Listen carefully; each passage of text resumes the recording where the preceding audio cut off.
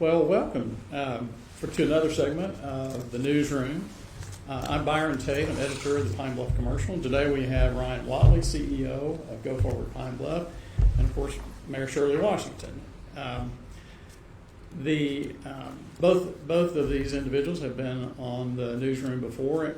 Today is more specific. We're going to be talking about the Go Forward sales taxes that are coming up for a vote on May 9th. There's two taxes, just to refresh everyone's memory.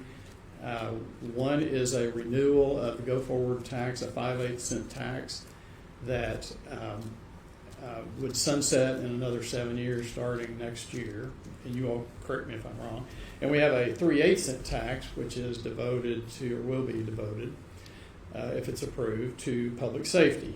And that tax does not sunset, correct? That's correct. So let's get started. I just wanted to ask you how the campaign was going. Early voting starts, next week? Next week, next Tuesday, and we're excited about early voting, people getting able to express themselves after a good 60 or plus days of campaigning. It's time. We promised to do 8 community meetings, and we're probably up to 15, from special interest groups to just holding public forums. And so our team is a little worn out, but we're doubling down to head down the final week and a half. And, we think it's going positive based on the feedback when we get an opportunity to share information. Okay. Have you been involved in any of those, Mayor? I haven't been up front involved in the campaign because I'm so busy right now. But any day I walk outside my house, I'm in campaign mode. Okay. So yes, I am campaigning, and what I'm hearing from citizens is positive. There are a few people who have questions. There may be some things that they don't understand, and I always try to make sure that they're clear by the time I end my visit with them. So I think everything is looking on the positive side for us. Let's talk a little bit about what you have accomplished. I want to be specific about Go Forward's contributions to 3 very visible projects: streetscape. Sometimes the public library gets lumped in, and certainly the aquatic center. Now, your contributions to streetscape were what? It didn't happen because of Go Forward, but you contributed to it. We worked with community development, downtown development, and maybe CAD or mayor's office for sure on raising $1 million from Delta Regional Authority. That was our contribution to streetscape. So did you kick in $1 million? We helped raise. We wrote a grant. Okay. Advocated, talked to, had meetings with the chairman at that time, and it was stated that because of this work that they believed in it in terms of the plan and everything, and they wanted to share that money with us. The public library, the downtown library, and certainly all the ones in Jefferson County, was paid for. They were paid for with a millage increase. Has Go Forward kicked in no money for that? No. Okay. And the aquatic center came from a penny for progress sales tax, but then you all kicked in some money here recently. Just explain that. Well, it gives an opportunity to explain a few things. One, in that the penny for progress was in 2008, maybe around that time, 10 or 12 years ago, and when you take that length of time to do projects, costs increase a great deal. And so the money that was remaining as part of that penny for progress that they had allocated for projects was insufficient for the cost to build the design of the aquatic center. And therefore, some additional monies were needed. The mayor went out and raised 6 figures or more in private contributions. And from the tax, $4 million was done to help complete it. Now, $4 million of Go Forward tax. Yes. We're going to have a very good conversation today. Hope to clarify some things, because it's one thing to say Go Forward Pine Bluff tax, right? But Go Forward Pine Bluff does not receive any of that money in our coffers. But when you say that, we have sponsored the tax, but it's in the control of the city. But when you say that, people begin to think that we're controlling the distribution of the funds, when all we are is a working partner with the city. to advocate for this is what was said to the citizens. We all told them that. Let's be honorable and carry out this thing. So on the Aquatic Center, that was one of the things that we said that the tax would indeed pay for. Now, I gave you the scenario about the length of time that it took for that to actually come to fruition.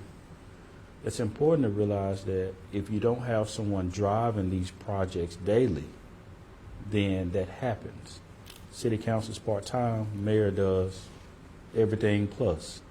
And so that's why it's important to have an entity that's focused on advancing the city while the maintenance and operations going on. Lastly, what I'll say about this is that the tax at that time was generating about $4 million revenue each year. Per year. Yeah. And so... Now, that's the penny tax. No. That's the go forward. That's the go forward Pine Bluff tax. When we in 2017, we only had the fourth quarter, it did 300,000. 18, it did 4.3 million, which is what's projected. So it was, the Aquatic Center was $4 million short in terms of what needed to be expensed. And so we were faced with a decision. Do we wait a year, do nothing but the Aquatic Center, and pay for it, cash flow it at the end of the year, or do we advance it and pay for it and allow us to get started on blight removal and the other projects that we had going on? Because we're on a 7-year time frame, we had to get moving.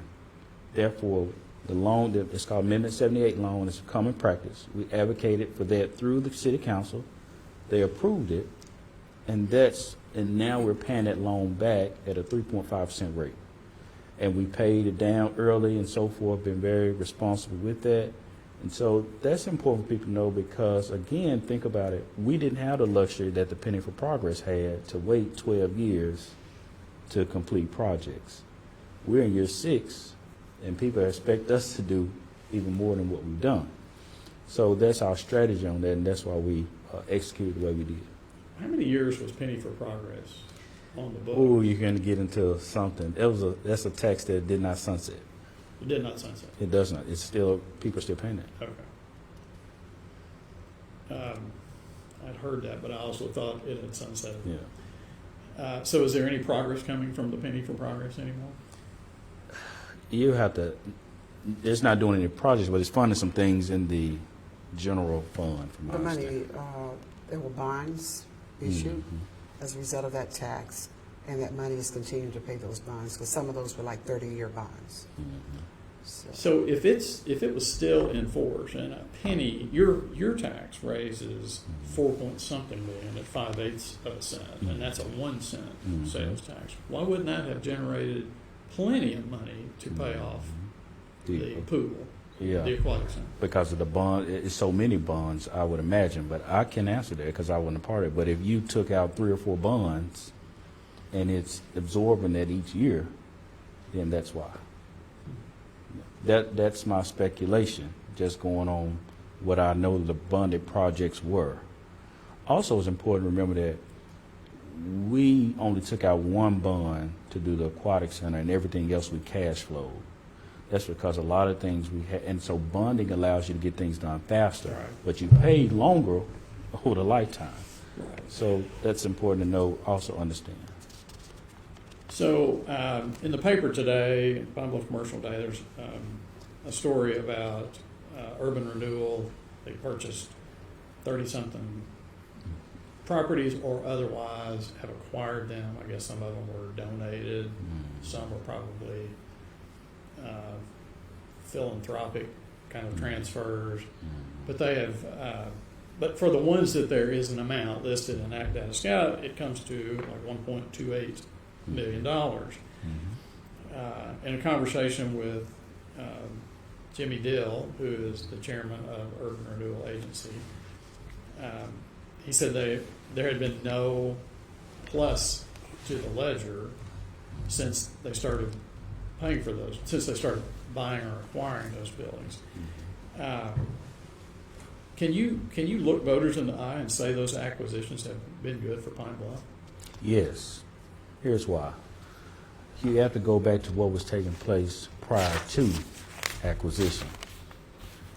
Buildings were a threat to fall in the street.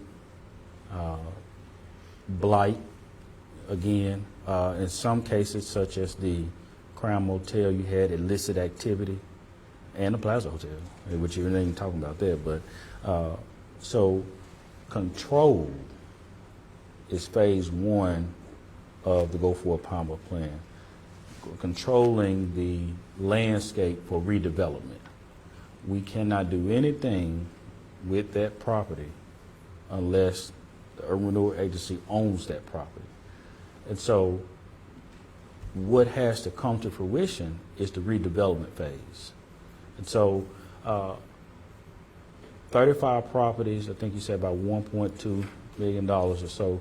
We went through extended negotiations on the value of that property, and I checked my record, but I know we did not pay $3 a square foot, and most were like $275, $250 a square foot on commercial properties. And so that is what I try to convey, and sometimes for 30,000 square foot, 40,000 square foot pieces of property. And as you saw on the where there was a line item, a lot of that was composed of several parcels, right, grouped together. Right. So based on the downtown plan that we put out there, these are the parcels that need to be acquired to be able to implement the plan. So the only way it gets to a point where those were bad acquisitions or not good is if the plan doesn't continue to go. But as long as we have the people and the investors in place to put the plan together, then it was a great acquisition, because a lot of the things that were taking place don't take place anymore downtown. So yes, absolutely. And I hope I was clear in my explanation. Again, it's about control, redevelopment, so it can go forward. Another story in the paper was talking about the Urban Renewal Agency and the state police investigation into possible missing money at the agency.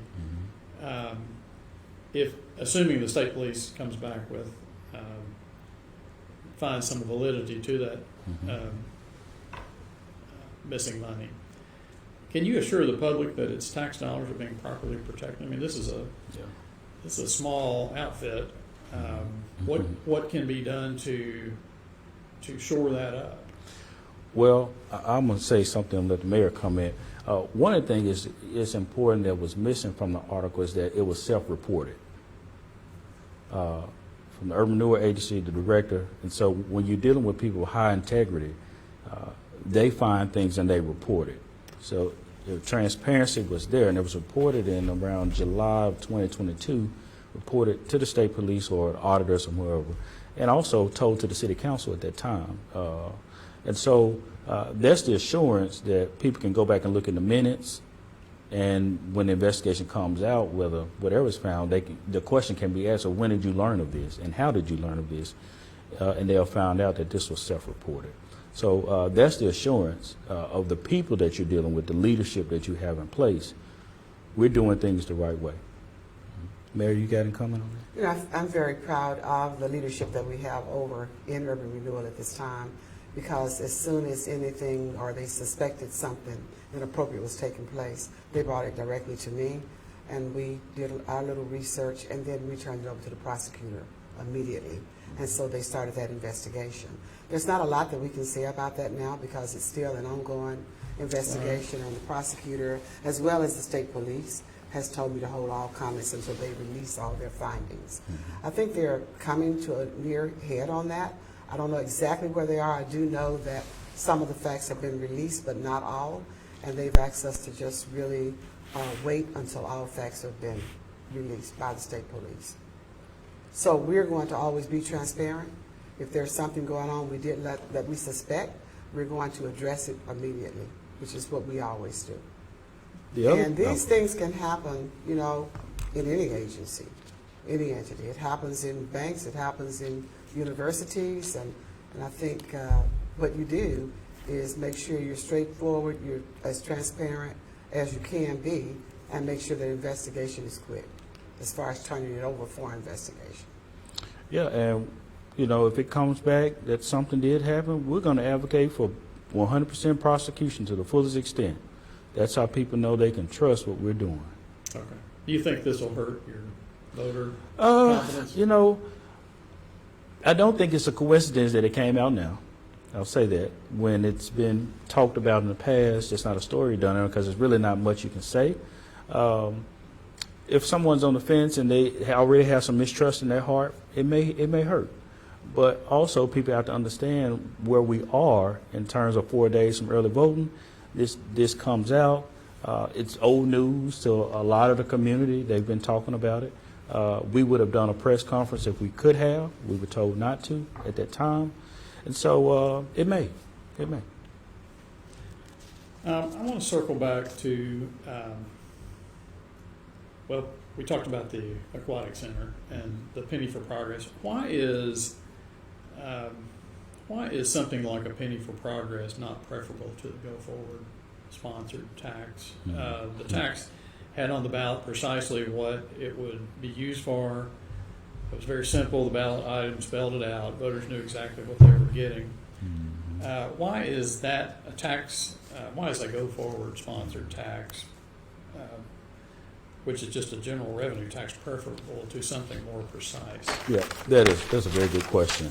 You know, when you're trying to build people and community, that's hard to go to the ballot and vote on the needs of the city of Pine Bluff.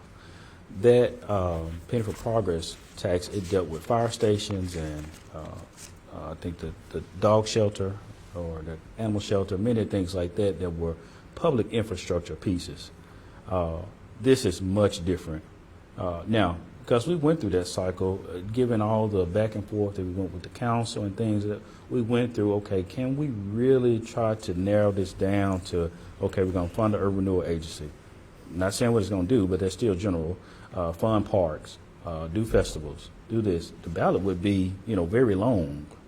And so we know, again, going back to the leadership and who you're dealing with, we told the people in 2016 what we were going to do. We listed them.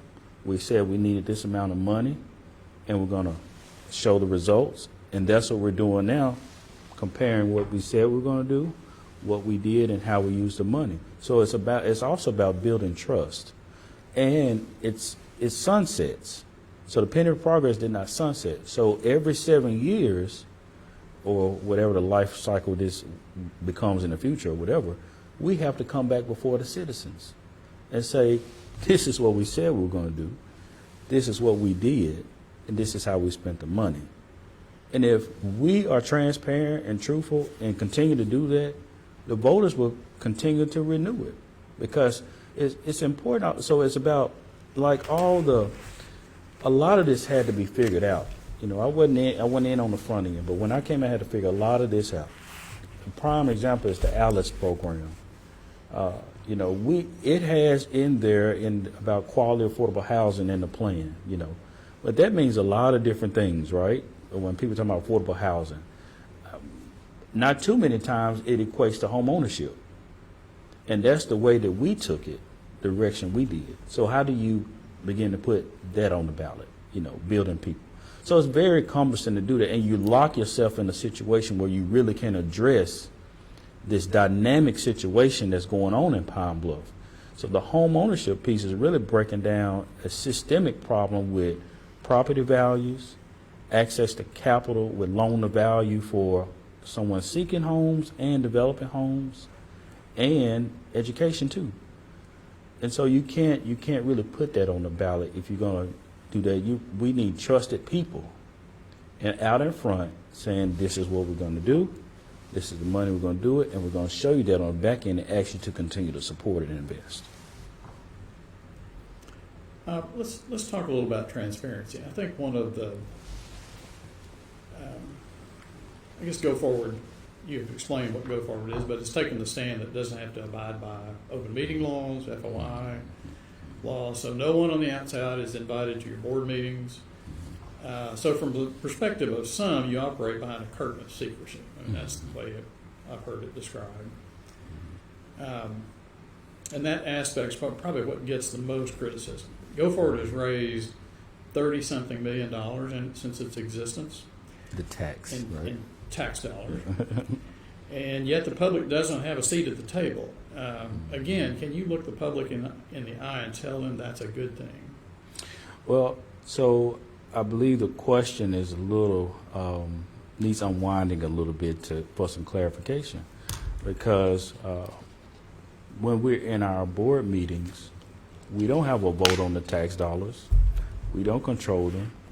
And so to say that we've raised $30 million and the people don't have a seat at the table, that's not true, because at the city council, the money comes to them and we advocate for the usage in accordance to the plan.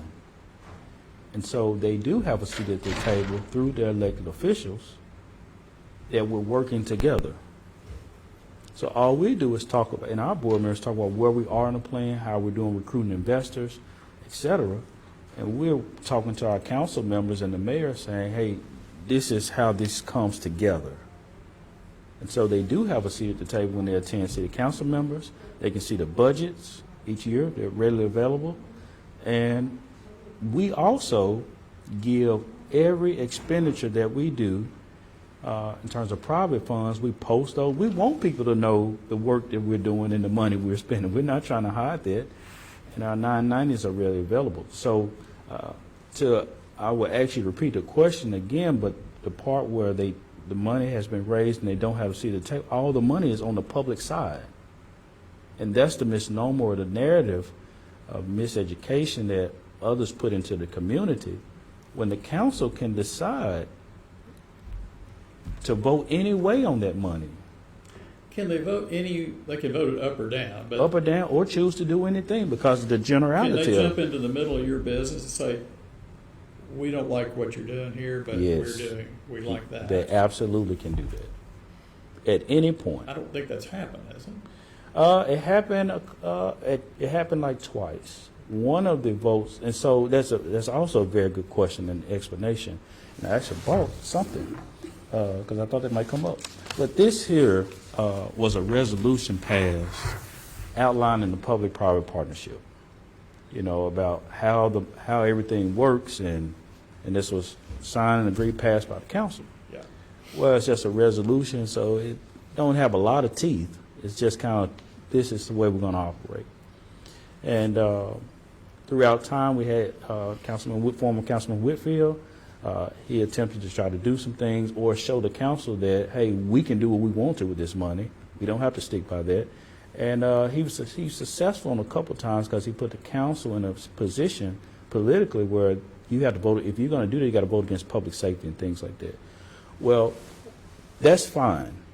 But where that hurts the plan overall is that the expenditure of the money, you know, you don't just go say, I'm going to buy a new car without looking at the budget. And so we're saying we're trying to do these plans and doing that, and you just say, well, I'm going to take $1 million to get the police. Well, that basically erodes the plan, right? Because we don't have sufficient funds to do the things that we needed to do. So that's why the public-private partnership is funded, so it can go through committees on either side and discuss, is it in line with the plan? Are there sufficient funds with the plans? And is it legal? If so, hey, send this to city council so they can evaluate it and vote yea or nay.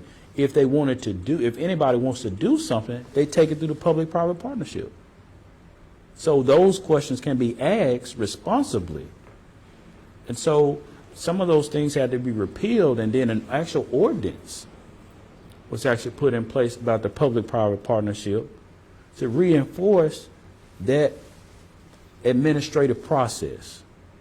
Because if not, the money will be spent every which way, and the plan won't get accomplished that we told the citizens. So we advocated for the public-private partnership. So do you ever come before the council and say, these are the 10 things we're going to do this year?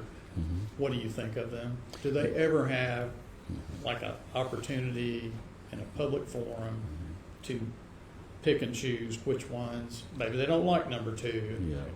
Yeah. When does that happen? Yeah, that's a very good question. In budget season. So we sit down, and budget season kind of changed from years past. Now everyone, it's almost like a Senate hearing committee where we sit down with our proposal. during budget hearing, and we present the plan. And actually, from what I've seen, we have a whole narrative about the different areas and projects that we use. And oftentimes, other city departments, they can just present their expenses, and it's fine. But we go, ours is a little more in depth, and we get questioned by the council on things. And also, in the planning of the budget, we call mayors involved in that significantly, and we call other council members in those committees that they chair about the things that we'll be trying to accomplish, and just kind of do some of that work on the front end, which is very common practice. So that happens during budget hearing process. Have you ever rearranged your priorities based on input from city council members? We know, because we haven't had to, given that this is a continued reinvestment, such as blight, blight removal. That is a robust deal that happens every year. And so we usually have stayed flat in the budget process. They know we're doing these downtown projects and trying to get apartments and the restaurants and revitalization. And so that concept overall has stayed the same. And that has done with acquisition of property. Now, we've had to contend with, hey, they didn't always like that. But again, we asked the question, how do we begin to arrest this problem if we don't take control of it? And then we're showing we're buying this at, a very cheap price, inexpensive. And, for example, the Admiral Bimbo was, I think, 67 cents a square foot. To demolish it? No, to purchase, and much more to demolish. Well, that's another question. That's not true.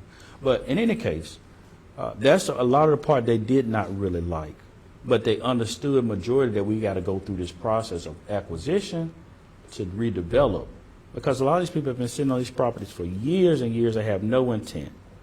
Or here's an alternative that didn't necessarily fit into the timeline, legislating your way out of it through code enforcement, lawsuits, court, vacant property ordinances, liens. It takes a very long time that Palm Bluff really don't have the time to afford to change the situation. And so it's also common practice in cities where they do go in and begin to acquire these properties, downtowns, to redevelop. So I hope that answers your question. So I didn't have a question about blight removal, but since you brought it up, we have a blight removal going on with the city. Mm-hmm. Why are we duplicating the process? That's if you took the money that you guys get, which is about $2 million for that, and shoved it over to the people who've been doing this for years, mm-hmm. would they not be able to accomplish the same thing? Yes and no. So that also lends itself to why there's a need for the Urban Renewal Agency, right? So I brought some legislation on that, but I'll show you. But the Urban Renewal Agency has more broad authority than code enforcement. They don't just tear down houses. They are a renewal and a redevelopment authority. And so when they tear down houses, they're able to take those lots and redevelop them. Code enforcement is just simply code enforcement. They're limited. And so it's not a duplication. It is, we have those powers, the community development powers, housing authority powers under one roof to be able to do these exercises. But you've got you got a truck with the city going out tearing down houses, mm-hmm. and you've got urban renewal vehicles going out. So that's also not true. The code enforcement, Mary, you can comment on this. Code enforcement doesn't have in-house equipment to demo. That's right. They've contracted They bid it out, and so that's also a piece of it. Now they could have decided we're going to hire the crew and all of that, but again, it's about the broad authorities of urban renewal. They don't just tear down houses. They have a lot, like the mural thing that they're doing. Code enforcement they don't do that.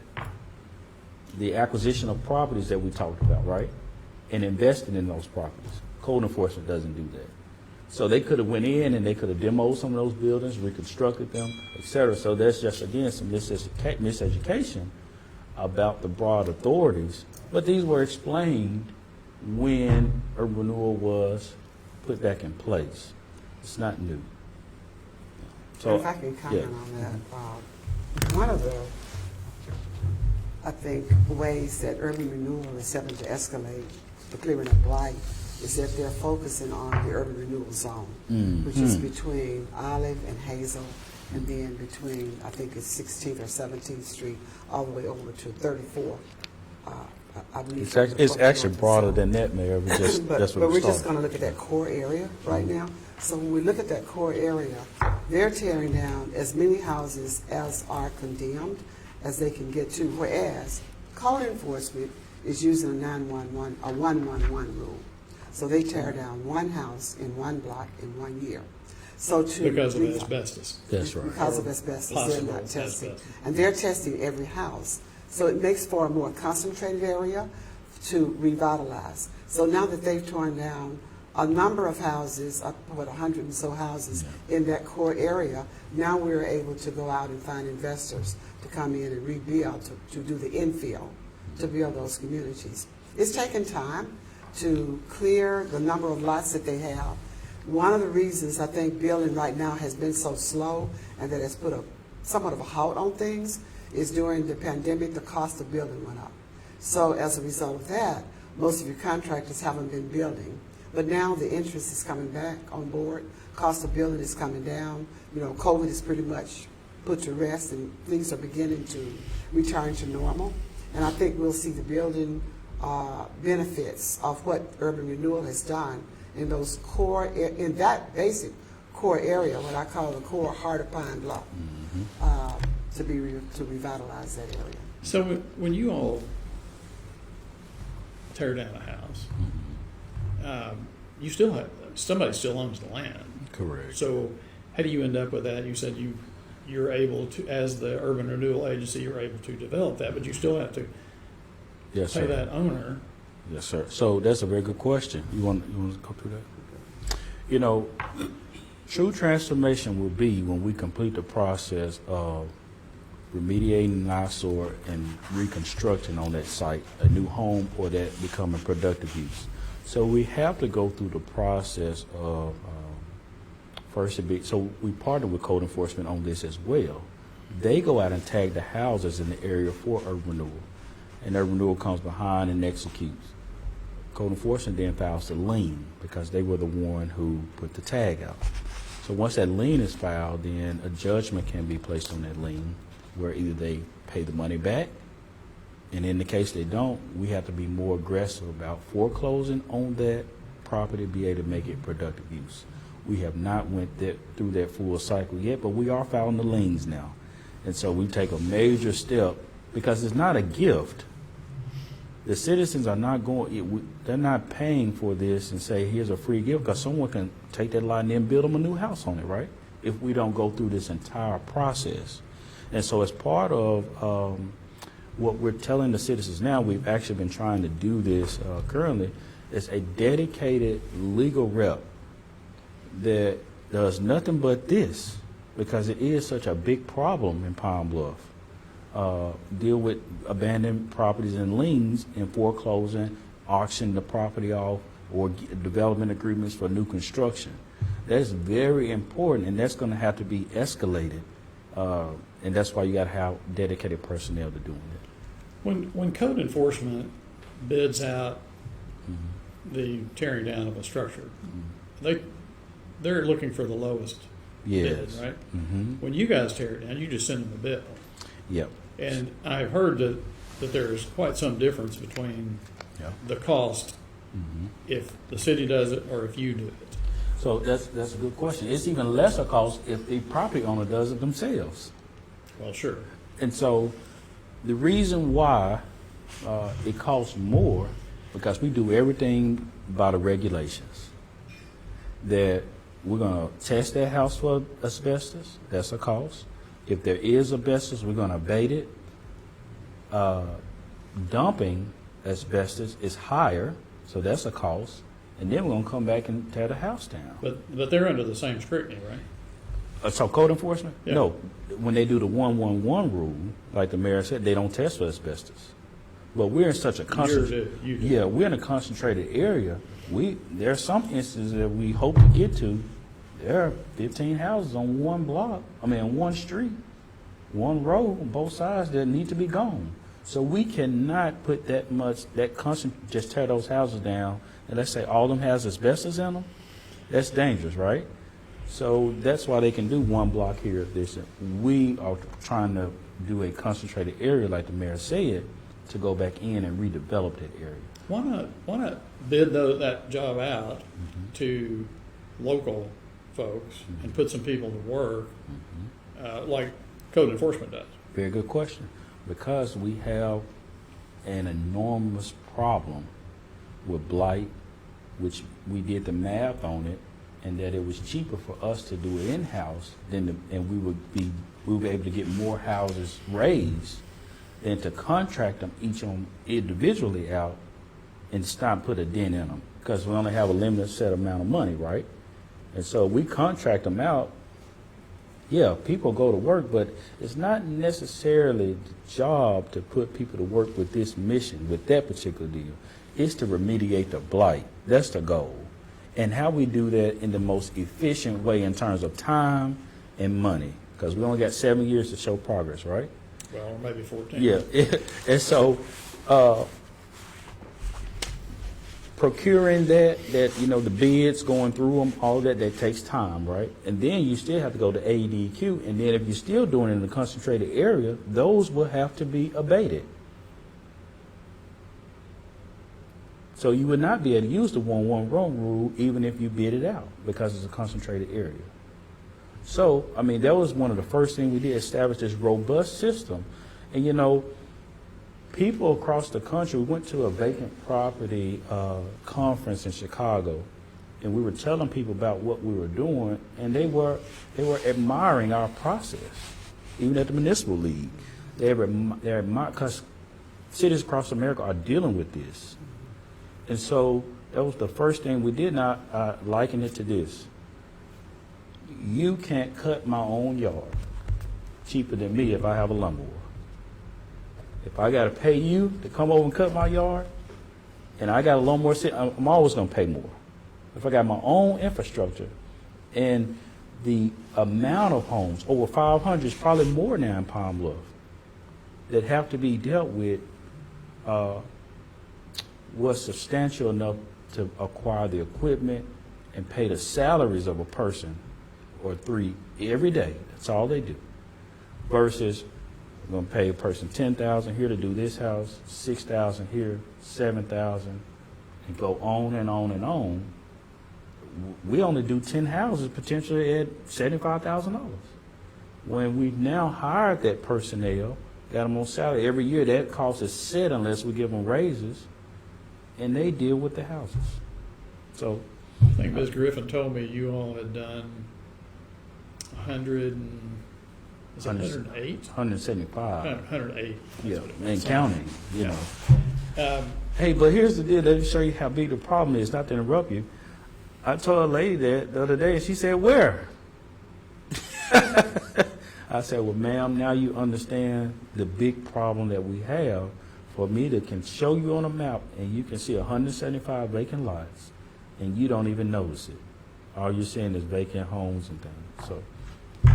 So you mentioned the go-kart track, Admiral Benbow, and did you all do any sort of surveys about, what people would want? I mean, do we know that people are clamoring for a go-kart track? Mary, you about to say something? What I was about to say, can you stop the camera for a minute? What I was about to say is, can I be excused since most of this is Ryan? I really have an emergency. Of course. Is that possible? Yeah, that's fine. Okay. I'm sorry about No this, but I do have an emergency. You don't have to get your phone I on. hope it works out.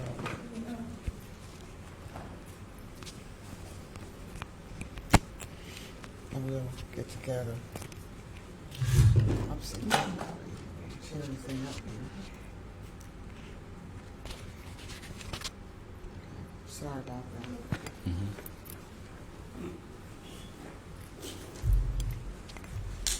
Thanks for coming. Thank you, Mayor. Will this be better? Yes, well, they deal about the renewal agency, Jessica. Still on? That's about the Urban Renewal Is that the Agency. ordinance? That's the resolution that created it, and then it has some authorities in it behind it about some things. But I should have asked Mayor more.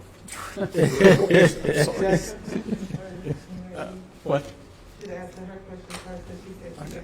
I'm sorry. Anyway, go-kart track. About So we surveys. know that that's something that a lot of people were going to be jumping up and down to get. yeah, so we have over 40 to 50 pages of public comments about issues in Pine Bluff, things people what they wanted to see, et cetera, et cetera. And throughout that thing, you hear family fun activities such as movie theater, trampoline park, go-kart, family amusement, arcade. You see all of that. And so while this is called a go-kart track, it will have many different features, to encompass all of that. Primarily, the goal is to stop people from going to Little Rock to participate in those activities. While I don't necessarily agree with this, I hear that people say, well, we don't necessarily have a place for my child to have a birthday party.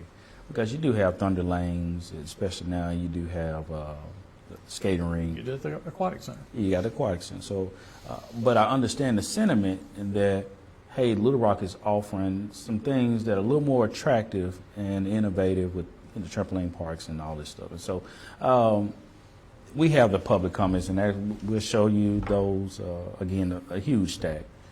And if you look online, if you ask people, because I see these comments all the time, what would they like to see, this and that, the same things come up about family amusement parks and things like that. So, yeah, that's how they came about.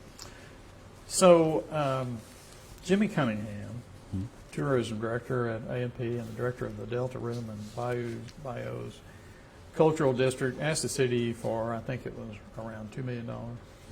Was it 1.9? Two? I guess it was two.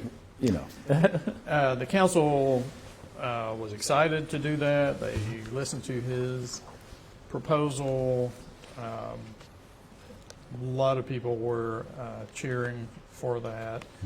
And that money was going to be transferred to him from Urban Renewal. And then there was, I'll say, a great outcry. It was kind of silent, but it was suddenly made itself known at a council meeting that you can't take that money. We didn't want to take that money from Urban Renewal.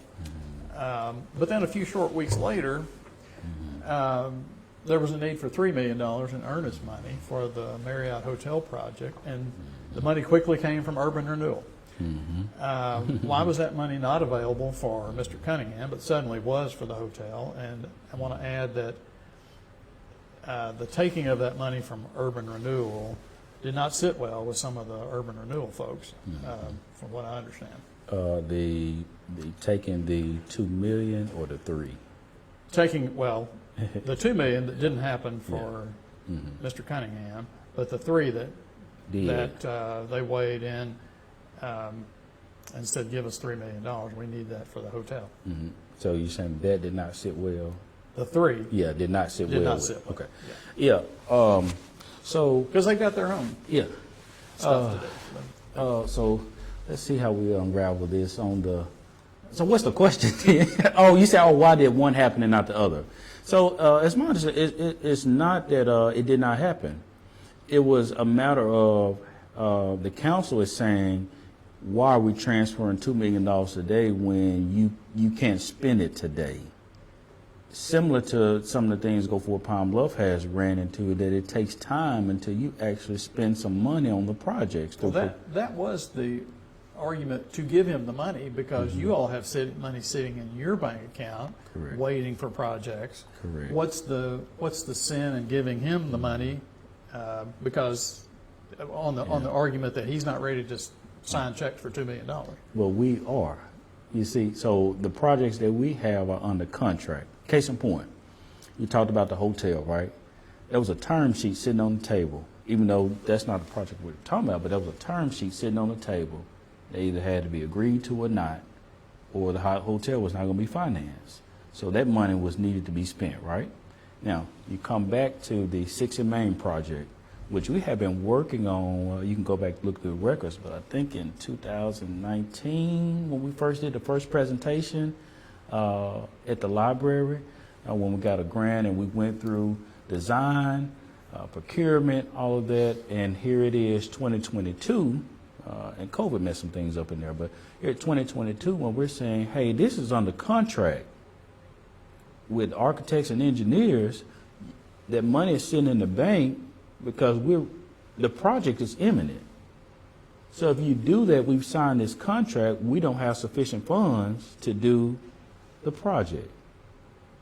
Now, by saving grace, what happened with 6 and Main, because, well, let me back up, make sure I answered that question.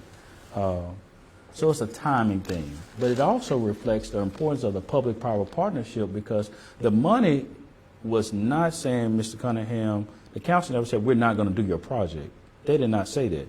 They said, hey, there's no reason to do that, to transfer that money when you can't spend it this time. Proof that the council has not, or urban renewal, has not reneged on that project is the mural is going up now. It was pretty much completed. The first installation. That's not something that we wanted to do. They all met down there and agreed that this is what they were going to do, the first one. And that's $30,000. And so it's important to know that these things have to cash flow. And going back to advocating, I was one of the ones who said, hey, going back to when we first came up with the downtown master plan, I contacted Mr. Cunningham and asked him to come and talk to Mr. Steve Luone about the cultural district and all the things he's advocating for. So this is something we believe in too. But the things have to cash flow. If we got this set as a priority and this funding is getting ready to come out the door for this 6 and Main, which we've been paying soft cost bills now, if you go and take that, that erodes their project, probably subject for lawsuit and everything else because we don't have sufficient funding. So that's very important. If we just cash flow everything in timing, it all gets done. Which we're showing an example of that, because we can afford to take a hit on $30,000 for a mural here, land acquisition there as part of implementing the plan. But if you go and try to take the whole 6 and do it, what about the projects that we have been, planning? So none of that was taken into consideration in that whole process. But the hotel wasn't planned. So You didn't know the hotel was going to need $3 Correct. billion of your money, of urban renewal's money. That is and yet, absolutely correct. the check got written pretty fast. That's absolutely correct, because we looked at the cash flow on could we do this? Could we do this? The same thing we did with the $2 million, right? We looked at it. When I came and advocated, I said, this is doable. I told Almond Lockett, it's going to take it's going to take cash flow from this year, 23 and 24 to achieve it. But there's enough revenue throughout this cycle to begin to complete these projects. And so, especially with the timeline on what it takes to actually get this done. So again, it's about timing and cash flow to be able to do these projects. And the reason we're able to do the $3 million now, because we have some private monies coming in from the Walton Family Foundation and Simmons to support 6 and Main. $3 million. So $3 million came in, $3 million went out. So that's how we're able to support it. But if you don't go through the administrative process established by the council and you just put something on the table, you're eroding the whole operation. When it all can get done, just go through and the city council does this they take things through budget committee to look at how can we fund certain initiatives. You don't do unfunded mandates, So that's how that's working. And again, there's a narrative out there that the council isn't supporting it, or Go Forward Palm Bluff isn't supporting it, or urban renewal. The proof is in the pudding with the first establishment on 3rd and Main, which is Cunningham, Community Development, all of them met to decide on that location. Mr. Cunningham has expressed his fear that Go Forward really doesn't care for his project, and or will micromanage him in the completion of that project. can you offer him and the public some assurance that you are behind him 100%? I am. I'm behind that project 100%. Mr. Cunningham and the Delta Rhythm Bayous Alliance is no different than Go Forward Pine Bluff and advocates for a better Pine Bluff, right? And so, but we have to do this on a business sense in terms of cash flow and projects.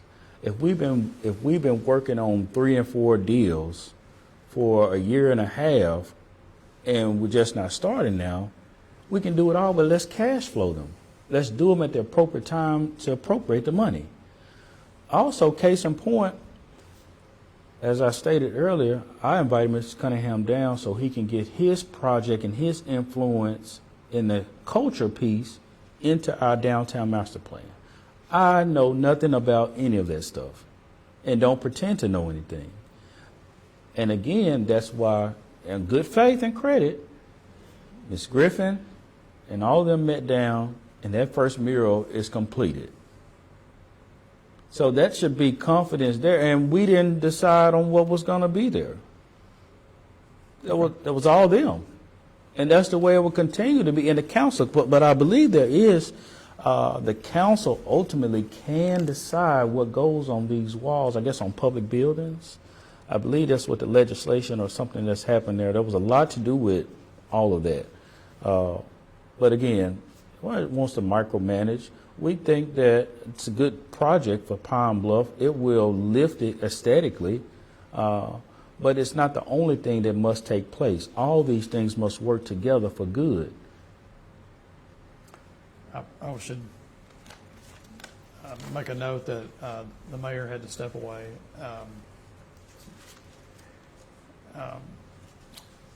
One more point about the hotel, and this would actually be a question for her, probably more than you, but the promise was made that no tax money would be involved in the hotel project, and then suddenly it was needed.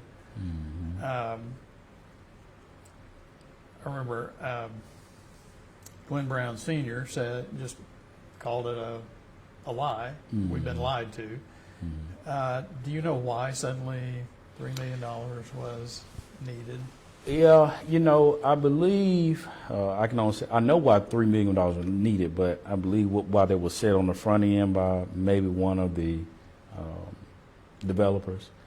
The financing structure they were trying to achieve at first, we're not going to require that, and they're probably looking at the revenue of the hotel to 100% finance or some type of bond, right?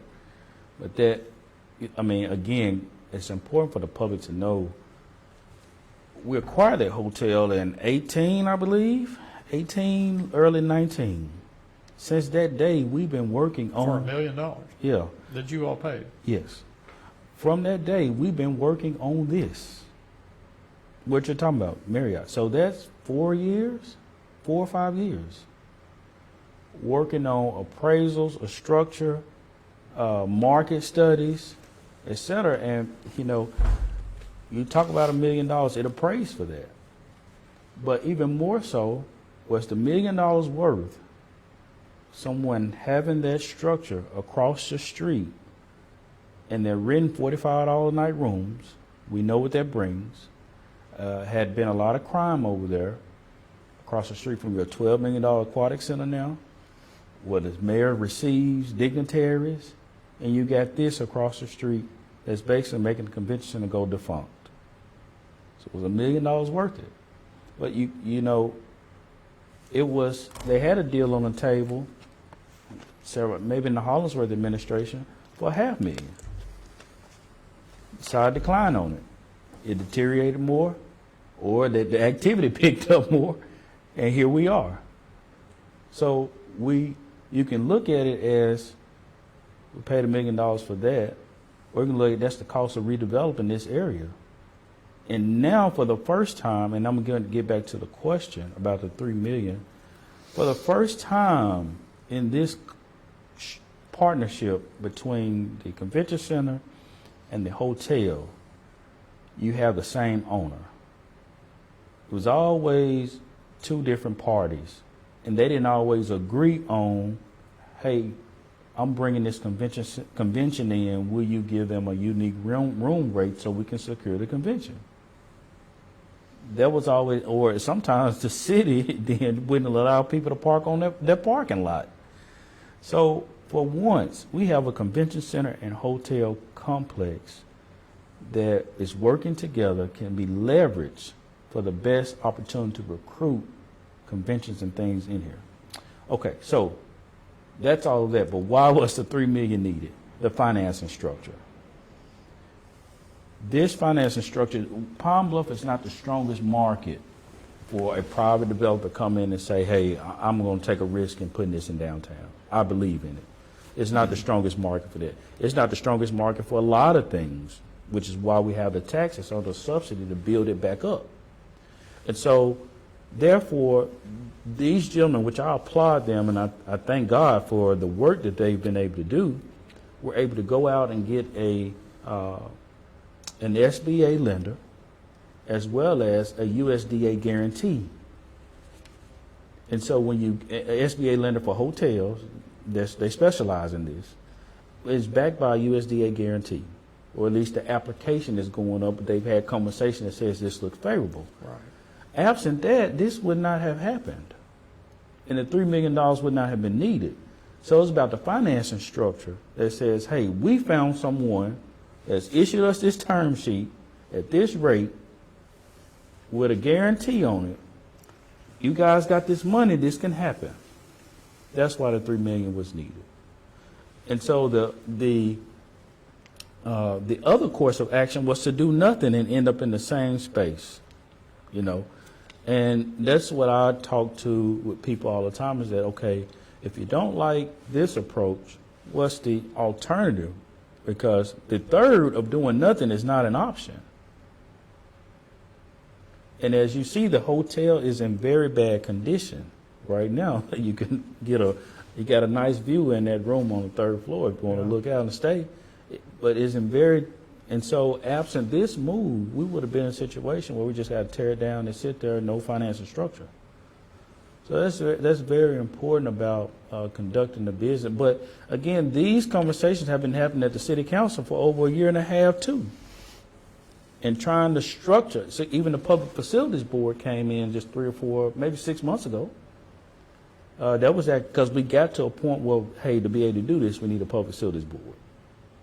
Man, it's been a lot of work to get to this point. Now I'm excited about the day that thing hits the ground and a new Marriott is built, because Byron, literally, class reunions from Palm Bluff High are being held in Little Rock, and so many other things that, because we don't have a functioning hotel and convention center that cooperate together, but also we lose so much money on not being able to accommodate the guests from our 15 sport athletic department at UAPB.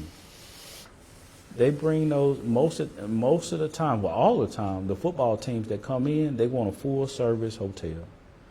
They sleep, eat, watch film at one site. They don't want to get on buses going here and there, and it has to be large enough. I've seen several times where you just watching visiting teams and they stay in Little Rock at the Marriott, full service. And you're talking about 100 some rooms, you know, and so we're missing all that business, and that's just so important. You know, you're going to be, that hotel will be in competition at some point with 300 something rooms at the casino that they're building. And I've heard that even when that thing was built, it stayed in the black for 7 years. Mm-hmm. I can't hang my hat on that statistic, but it has been in the red a lot of its existence. Mm-hmm. Do you have confidence that something new will happen and that thing will be financially viable, or is it going to be, is it going to be a Marriott for a while and then start tailing off? So one, the due diligence that we just talked about, the years of work, market studies, appraisals, business ideas and plans around how this functions. Yes, because of the research that has been done, and I'll talk a little bit about why you should have a light at the end of the tunnel regarding this. So I talked about UAPB, right? And what that potentially brings, but that's not going to sustain it, right? That's just six Right. times. But you got basketball, you got baseball. So it's a revenue source if you tap into it. But I'm a firm believer that part of the reason why it did not function well together, because I talked about that disagreement or that not cooperation between the hotel and the convention center. So that cooperation alone gives you a chance to be, at least pay the bills. How much profit you make is another story. But we're paying our bills and we're sustained and we're keeping the hotel up. Further, we have the convention center is now I think it's a sports marketing destination or something like that, because he's firmly want to take advantage of the asset of the arena. Most conventions do not have that, convention centers. But so that gives us some flexibility there. But when you go down Convention Center Drive and get Regional Park, and you get into the fishing, the golf, the softball, and if we started this with Ford Fest, if you begin to leverage those assets with a small purse, $10,000 fishing competition, this and that, they'll come. You have a host hotel. You have to build that business through softball tournaments, golfing tournaments. Even Bloom Tennis Court was recently renovated probably 2-3 years ago, so it's very nice. So you got Taylor Field. You got all these, the Art Center, their plays, library. Now, C-Arc with athletics. And we hadn't even started talking about JRMC and the medical associations that can have meetings. Even on campus, the different professors in their field, journalism, conferences, all these different things are now opportunities that the people are going to have to work the assets. And those are the conversations that we have for several years there. And we have the A&P who gives grants out, like we did for the fishing tournament, and that we did those things. And they had a lot of fishermen from around everywhere, Louisiana, Chicago. They saw and they came, but we got to build them up. And one person talked about, because we have such access to great fishing, let's become the fishing capital of Southeast Arkansas or Arkansas, similar to how Stuttgart is duck capital. We got opportunities, so forth and so forth. So yes, I have great confidence, and it's important for people to understand that. And Industrial Park, those people can hold conference, but we got to get buy-in and people to host things in Pine Bluff. Well, it's not going to happen. We're going to clean it up. So that hotel still pencils out, even when you count the Saracen hotels in the mix? Because a lot of the things that I just mentioned, again, being able to say, hey, this is the host hotel, you get a discount on registration if you for enrolling in these terms, and then you can that funds it there. But also, I don't know if they'll change this, but kids and family, kids can't go there. Church conventions sometimes won't be there. So it caters to a different market, as well as it's a Marriott, so rewards will be a big deal that Saracen won't offer. So it's room. Saracen has their own clientele. Man, they're going to be fine. And, the aquatic center across the street, just like that. Kids and high school tournaments and things coming in here, they're not going to stay at Saracen unless they change their policy or something. I don't know. But do you think that's a viable deal, though, what I mentioned? What's that? About the sports deals and all these assets that we have, which can help sustain that hotel. Well, you said it will help that it's under one roof, but you're still going to have Marriott running the thing. So that's a great. And then you got Mr. question. McCorvey at the convention center wanting to do stuff. I mean, if he has something coming in, like a fishing tournament, and says, doesn't he still have to walk across the hall and say, can you all provide a discount for this group? Yes, to some degree. Yes, they will have. You all have to work together because you got a management partner, right? So it's not necessarily Marriott. Marriott is just a franchise name who they entrust the operator with, which is Beachwood Hospitality. And so he will always have to form this relationship with Beachwood Hospitality to make sure we're operating a first-class hotel and wanting to get this in.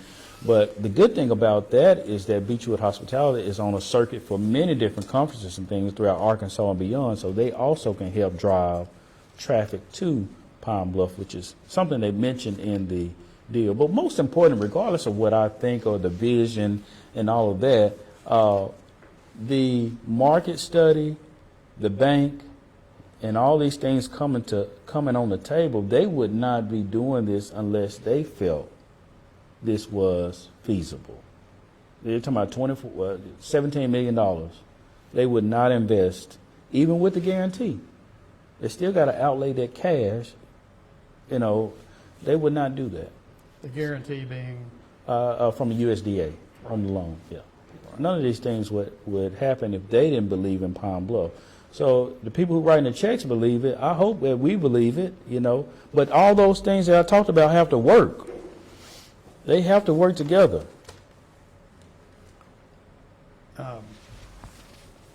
well, it will simply be nice not to have the eyesore Yes. next to the convention center And the aquatic center. and the aquatic Yeah, wherever.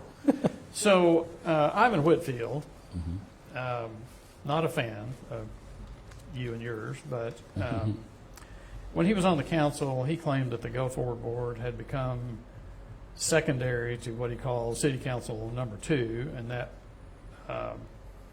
whatever the Go Forward Board wanted, the council approved. It reminds me that the 3/8 cent tax did not bubble up through the city council. It was handed down from Go Forward to the council.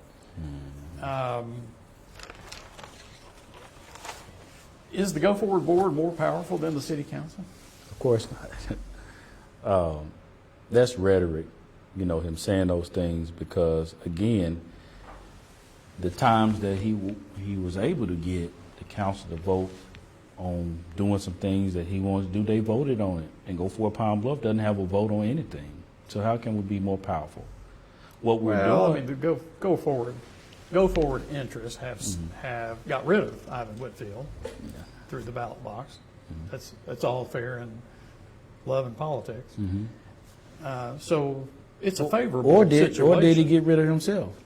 Well, you might have. It's a favorable situation for Go Forward. It's a friendly environment. But the fact that that 3/8 cent tax did not organically come out from the city council, but was just handed to them. Yeah, that's not absolutely true. It was mentioned a couple times about a public safety tax, even on the council sometimes, like, you know, or that was the discussion by the chairman of the public safety, Glenn Brown Jr. He mentioned that. Councilwoman Joan Alexander mentioned that before. And so that did come from the city council, like, hey, we need a public safety tax. Well, I know they looked at the money in your account and said, we have money sitting there and we have needs for public safety. So I know there was some interest in taking tax dollars and devoting them to public safety. Well, the problems they were facing, they couldn't necessarily do that, and that's why it wasn't done, because they needed salary money, right? And we're on a temporary tax.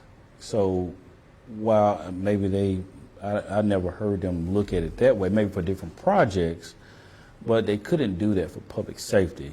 And so that's probably why it wasn't done. But we did purchase cameras and things like that and equipment as, again, what we went and advocated for to the first responders during the campaign. We said, we're not promising you a salary increase or anything because these are temporary dollars.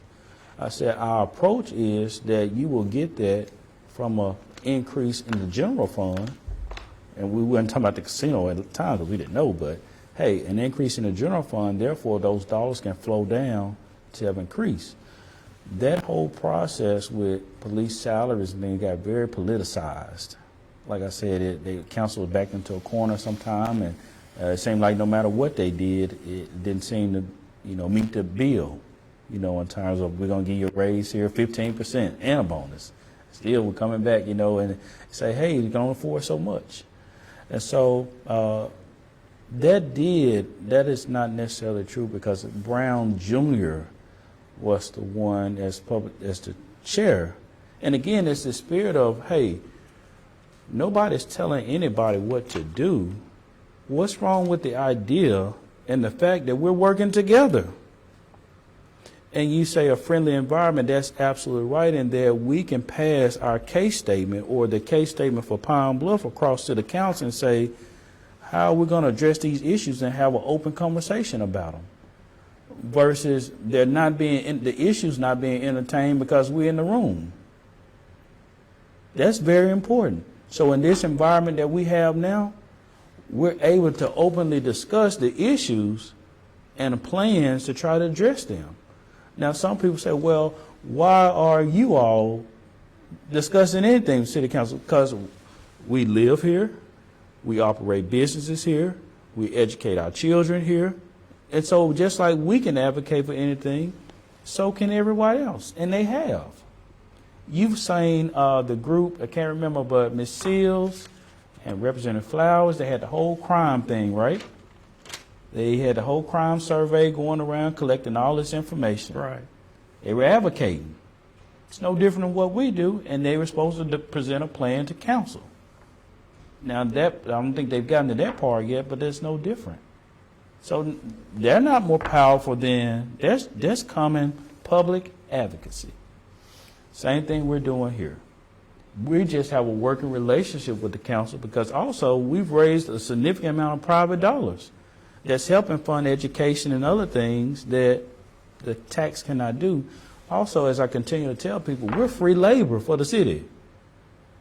We do things, we type things, we do whatever the city needs full time at no cost to the taxpayer.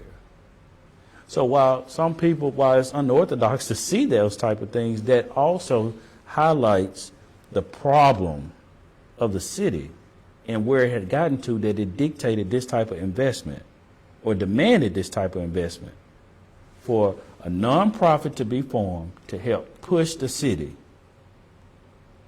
And you think about that when I talk about the penny for progress and how long it took the projects, you see why it necessitates this type of investment. And nobody is overruling anybody or trying to take authority. The spirit of working together is what's going on. I'm not sure I buy your analogy of you're just like the Mayor Seals and that bunch. I mean, they're not funded by a 5/8 cent sales tax. But we aren't either, remember? Well, you are. And so how do you anticipate, so how do you say that we're funded, our operations are not funded by it? The projects that we advocated for, those are being funded by the If tax. that 5/8 cent tax goes away, don't you go away? Mm-hmm. Oh, no. I mean, yeah, there's no purpose for me to be here, right? Right. Yeah, so there's no purpose for me to be here. But I'm not funded. My job isn't, and none of our salaries and things, that's what I meant. None of our salaries and things are funded by that tax. Yeah, that's third-party investors. It's not just Simmons who fund the organization. We have various funders who believe in the movement to change around Pine Bluff. That's how our salaries and the education initiatives are done. And so we're full-time advocates. They've empowered us to be that. That is the difference. That is the difference. Okay. Let's talk about the generator. Mm-hmm. We don't have too much longer. We're gonna keep I'm you here all day. I'm here. I just have a lot of cutting to do. Okay. So this is actually live right now. I didn't know that. Facebook? I didn't know that. How much in tax money does the generator get from the city each year? The contract, the professional service agreement is between $300,000 and $400,000. And you mean it fluctuates, or you're just estimating? Yeah, no, it fluctuates based on budget presented. There's a cap, and that may have been. I think the city attorney might have edited that range out of there, so it may be. Let's say 400. Just say 400. You'll probably disagree with how I'm going to couch this, but you ran off the previous director and hired the mayor's son. Mm-hmm. Okay. How do you think that looks to the public? Well, as in public, you know what? The public should be clapping their hands right now for the gentleman who is the mayor's son, who's on the advisory board, who stepped in to see the transition from, if you want to say I ran off, okay, transition period as a volunteer. And he has stayed there as a volunteer since that time, going on It's what? been over a year. Yeah. And he's driven from Little Rock 4 or 5 days a week, but, to do that. And he doesn't get paid. Doesn't get paid a dime And and won't accept payment. how does that look? What person of working age volunteers Monday through Friday, I guess 8 to 5? Yeah. Well, no, he's not there 8 to 5. So he's worked and hired enough staff around the place to do the duties, to execute the programming, and he meets with them on a regular basis. And he comes in to run the entrepreneurship portion of it.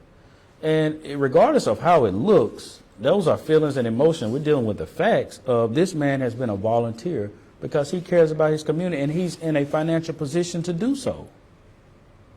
So, but you're taking $300,000 or $400,000 a year, somewhere in there, from the city to run this thing. Why not hire somebody? If it's so important that you had to get rid of the previous director, why Correct. not be in the middle of a search and have hired somebody by now? You know what? Because he's done a great job, and we talked about that. I said, hey, man, you're doing a great job, but you're a volunteer. You can't just leave us hanging one day and say, well, I'm done, I'm leaving. That's going to really hurt with you being here as long as you have. He said, you know what? He said, I'm here, I can be here. We built the staff around to help you. So we've hired we got rid of a director, but we hired 2 people, support staff, you see, to do the work. But is that a long-term? No, it's not. Fix? It's not. And it's not. It's not at all. But again, we've had to rebuild a lot of the programming to meet the community needs. And you've seen that through some of the things the generator has been doing. And we're trying to get that thing stabilized. And him being part of the advisory board, and they've had their hands on that a lot, on the different types of program, different needs. And now, entrepreneurship and even innovation hubs, they're very flexible spaces because the needs of entrepreneurs, they're just all over the place, right? And so, but we've been working with the UAPB incubator to come in and do partnerships. And so even that's filling in some of the void for where a full-time person who does business consultant is needed. So we're figuring out some things before we just slap in a big salary and say direct. And we're almost there because we have to work with the UAPB incubator, and that's why you see a lot of youth programming. Also, understanding that the community, in terms of entrepreneurial acumen or business acumen, just the average day person walking on the street, they have the ambition and idea to want to start a business, but they really have no clue on how to get the idea out of my head to get funding and operating. We find that a lot. And we're talking about people up in age. And we say, hey, this is, again, something you can't put on the ballot necessarily, but this is a generational problem that we're going to have to start investing in our youth in terms of financial literacy and entrepreneurial skills. And so in 7 years, we'll have 5-7 years, we'll have a new generation of entrepreneurs that have some competencies or fundamentals where we're not trying to basically rebuild broken people in that aspect. So that's how that place has begun to be very flexible, because it did not have a strong youth programming model. It had some after-school program, but nothing about entrepreneurship until COVID really put a highlight on this. And we were just really getting started, right? So we got started trying to do one thing. COVID came in, which put an emphasis on building people across every sector. And then we started saying, hey, these youth, we got to start investing in them so we won't continue to see this problem. Yeah, so it's not a long-term fix, him being there, but man, we appreciate him. Pine Bluff appreciate him, because every person doesn't have the time to do that or willingness to come in and do it.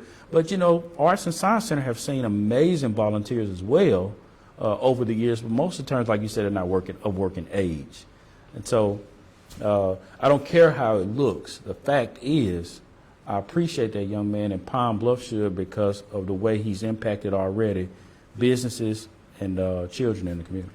So I was talking to one of the Go Forward principals of the board, and the generator subject came up, and I mentioned, you know, running off the last director, and he said, no, we didn't do that. And I said, well, how would anybody know? And I said, and you hired the mayor's son. He said, well, he doesn't get it. I said, how would anybody know? Yeah. That goes back to that veil of secrecy. I don't know that you're very proud of Mr. Washington running that entity, but have you all ever sent out a press release Yes. introducing him Not as as the new director? what we did we send out a press release about the transition? I have to go back and look. I know we wrote one because again, he never. Who would have thought he would have been there this long, right? That's one, because he's like, hey, I'll help with the transition period, you know, and we anticipated it, but then we started learning a lot of things about what's going on in the place, what needs to happen. Let's get this sustainable. And so, again, back to your question, how would you know? Our 990s are posted, right? And so, I mean, you can go on IRS and see who makes what and who's actually on payroll. And through the generator does receive public funds, right? So we do respond to FOI requests concerning the generator, who's getting paid, who's on salary. So you can actually know. But again, even with the FOI request, the only thing that we are concerned about in freedom of information in terms of numbers are people's salaries. Those are the only thing that we try to keep, you know, some respect for what people make. Other than that, we disclose every dollar coming in and every dollar put out on initiatives because we want people to know the impact that we're making. But if you fell under FOI, all of that would be available. Yes, right. Yeah. I mean, it's available. Oh, you're talking about even the salaries? Yeah. Yes. But, you know, people can deduct the salaries when they pull the 990. You know, if they just pull it and do, oh, this is their total payroll cost.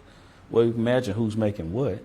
You know, but again, the generator does, because it's using public funds to pay some of the staff there, so you can see the checks and stuff what people make. Does Kirby Mauser's son work for? Yes, he works part-time for us. For Go for Pine Bluff. Go Forward.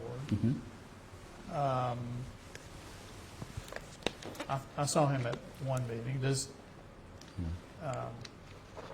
How did he come to have a job there? Yeah. And for our audience, Kirby Mauser is on the board of Urban Renewal Agency. Correct. So Owen Miles is a very talented young man who has a master's in finance, and as a nonprofit, you know, Ms. Cockrum's trying to do the books. She's trying to be administrative, human resources, and there. So we needed another person. This gentleman had just returned from school, back from school from California. I learned about it. I said, man, we really could use some help in these areas of grants. We were just starting the ALICE program, so finance there, and we're looking at some things in the generator. Can you come on part-time to help us? I don't doubt that you needed somebody or second guess your admiration for this young man, but when you got somebody in a position of authority on the urban renewal and their son goes to work for the same entity, how does that look?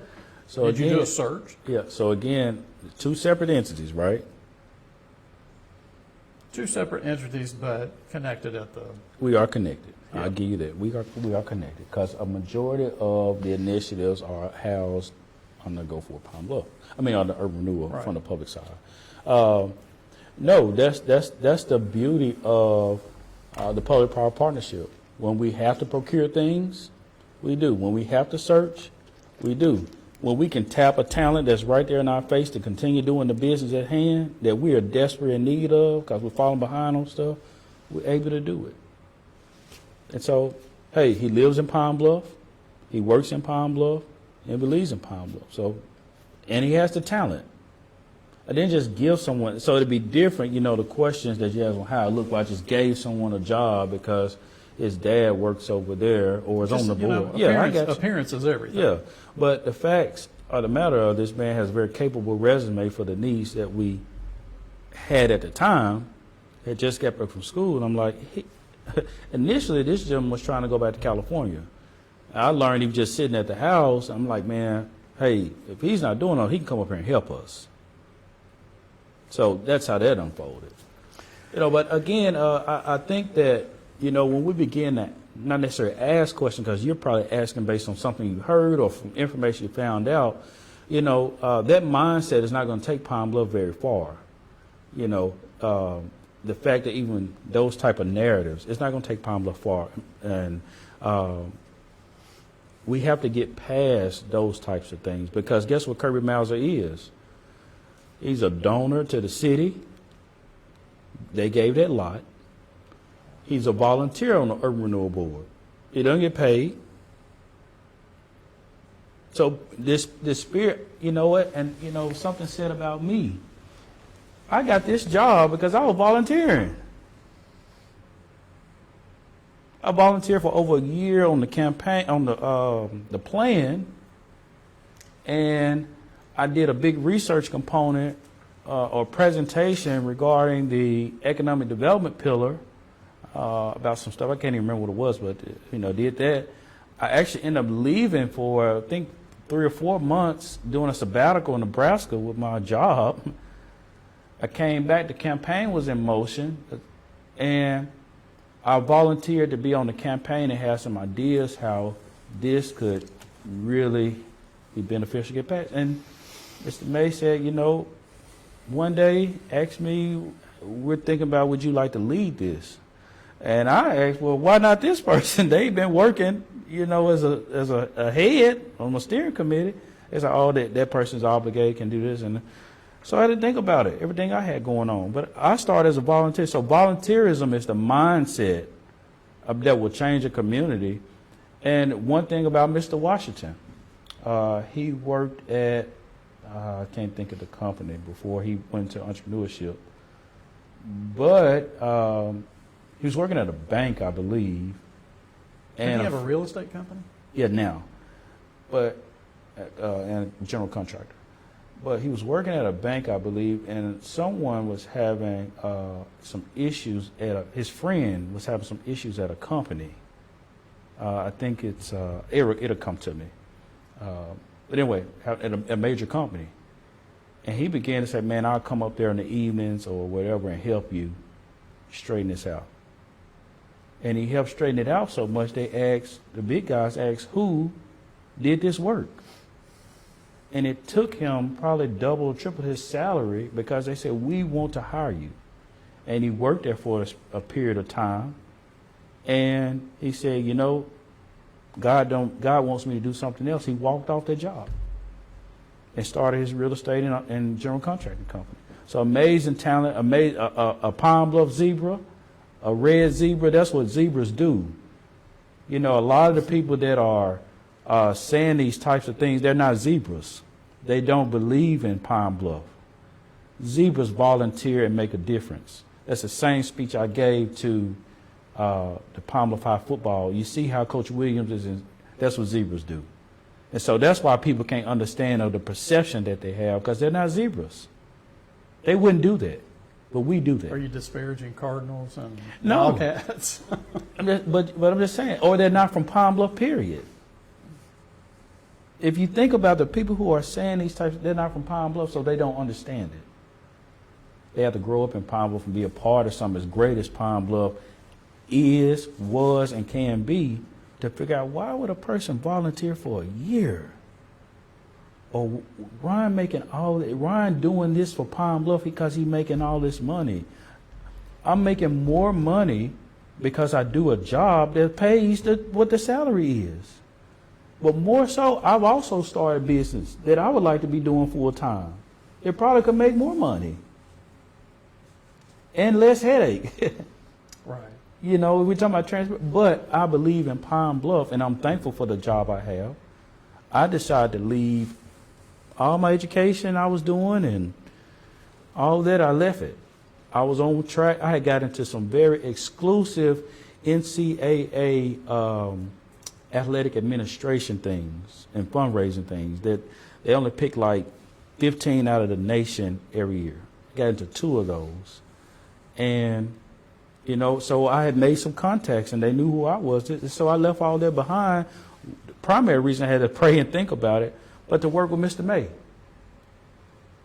Here I am, get to sit beside someone and that's ran a bank for 36 years. I'm going to bridge a gap on some things that I don't necessarily know about with him. And a lot of times we can be oil and water.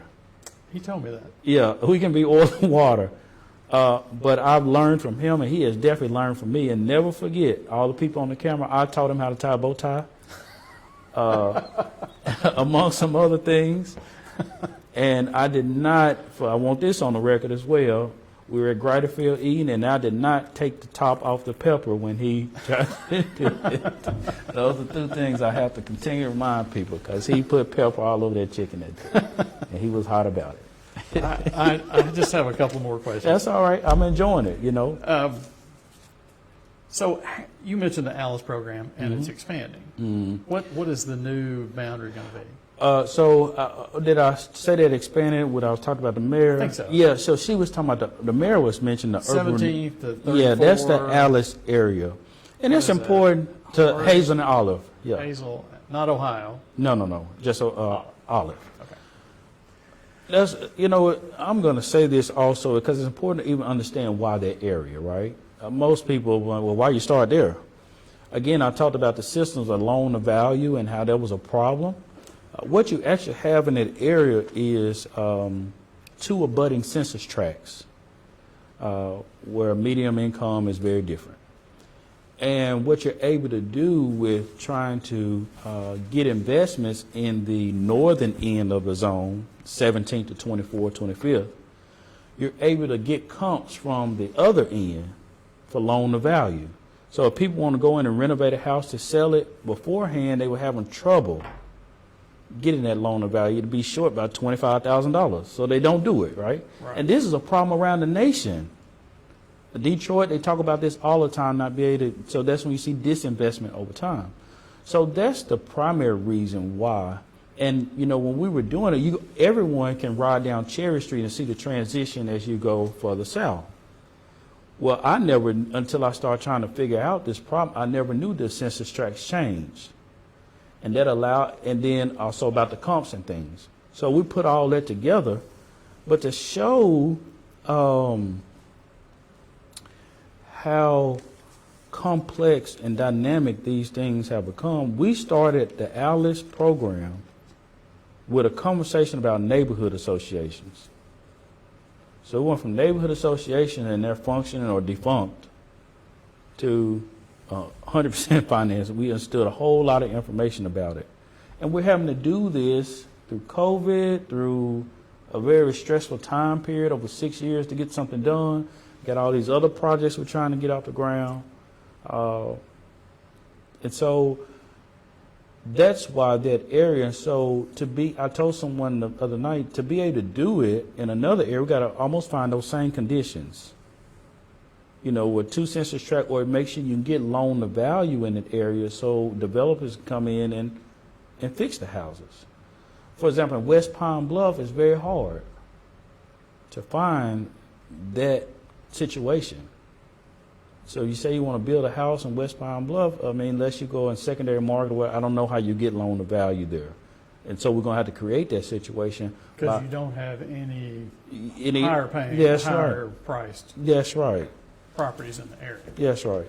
You know, and unless you get a construction loan development, it's just tough. But we can figure it out just like we figured this part out. But what people have to also understand is that you dilute the impact when you spread out so far. You know what I mean? And that's a pretty sizable area that needs a lot of investing. But we're going to have, and so also, thank you, Simmons, for this. they set aside in-house money to do these loans. These are not CRA credited deal because they at 580. So they set aside in-house money. They can't sell these on the market, which is why some other banks wouldn't do it. But that's another story. So they have to, that pool of funds have to regenerate itself, But if it's working well, as Macron said, we're going to keep doing it. And it is working well. So we got to find those conditions to establish another area, or just continue from 17th coming on up, which is an opportunity. One of the primary things that we're having challenges is stock, quality stock in the Alice area that people actually want. Of course, everybody want to be as close to 34th as possible, right? And so our plan was, that's why on 33rd and Plum with those houses. But again, we're struggling on a price that I can't put a $220,000 house on 33rd and Plum. Sweet spot 165, 170, unless the interest rates begin to come back down, then hey, we can do some things. So we got caught in a pinch there. When building was like $90 a square foot, it went up to $145 and above. So we got caught in a pinch there on Alice with the new construction, but we're figuring it out, and even partnerships, bringing U of A in to do that, and that design on those homes. It's been a labor of love, and I thank God for the ideas that He put in people's head to be able to put that program together, because it has blessed some families. And the more we can get people into homes, it stabilizes the neighborhoods more. So we have to just continue pushing Alice. So to answer your question, sorry I went so long belaboring, I just wanted to explain that. Finding those conditions is where it can be expanded, and making sure we have the funding. Because remember, we raised some additional private money to pay the 3%. So if 40 people came tomorrow and said we needed 3% for down payment, we can't fund that right now. We had to go raise the money. So a personal question for you about Alice. Mr. Whitfield has been on this program a couple of times. I think both times he has alleged that you took advantage of your position to buy property in the Alice area. So we did some checking. Data Scout is there for the world to see, and it shows that that in that Alice area, you purchased four or eight properties. I think about 7 or 8 properties in that Alice area. A while, a couple of years before Alice was announced. Now, how does that look?